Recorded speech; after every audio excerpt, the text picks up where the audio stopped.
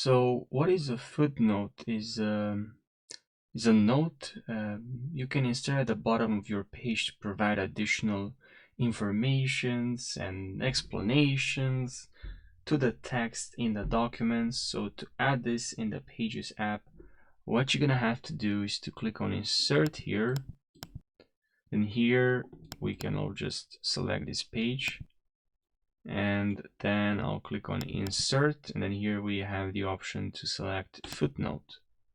Now, because we clicked on that, the way it works, which is quite similar to other apps, if you select something, that could be an image, the actually settings or properties will change here. Select the table, now I have table here.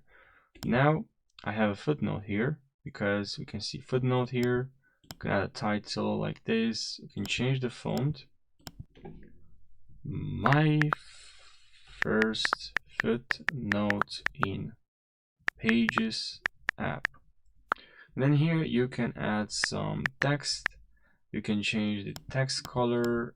You can change to text whatever color you want.